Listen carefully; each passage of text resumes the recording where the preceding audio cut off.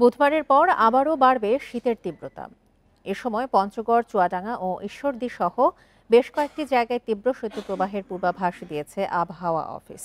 এদিকে শনিবার দেশের সর্বনিম্ন তাপমাত্রা রেকর্ড করা হয়েছে পঞ্চগড়ে 9.4 ডিগ্রি সেলসিয়াস, আর ঢাকার তাপমাত্রা 13 ডিগ্রি সেলসিয়াস।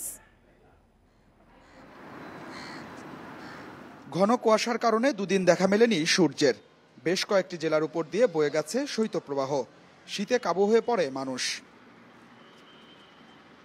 তবে শনিবার সকালে ফেরে স্বস্তি, দেখা মিলেছে সূর্যের। এতে কিছুটা কমেছে শীতের তীব্রতা।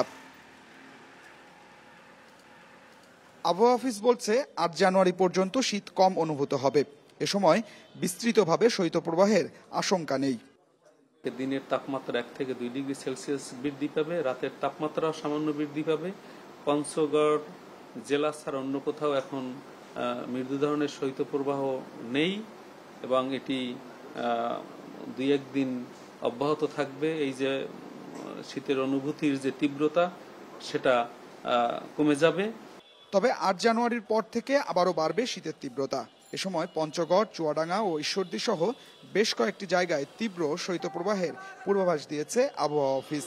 এ সময় পঞ্চগড়, চুয়াডাঙ্গা ও ঈশ্বরদী সহ বেশ কয়েকটি জায়গায় শৈত্যপ্রবাহের পূর্বাভাস দিয়েছে আবহাওয়া অফিস। 8 তারিখের পর নতুনভাবে আবার মৃদু ধরনের শৈত্যপ্রবাহ দিয়ে শুরু হবে, যেখানে তাপমাত্রা 8 থেকে 10 ডিগ্রি সেলসিয়াসের মধ্যে ওঠানামা করবে এবং এরপরে এই স্পেলেও কোথাও কোথাও তাপমাত্রা 6 থেকে 8 ডিগ্রি সেলসিয়াসের মধ্যেও নেমে আসতে পারে। এদিকে 7 এবং 8 জানুয়ারি সিলেট ও ময়মনসিংহ বিভাগে গুড়ি গুড়ি বৃষ্টি হতে পারে বলেও জানিয়েছে আবহাওয়া office. Adilur Rahman, independent news, Dhaka.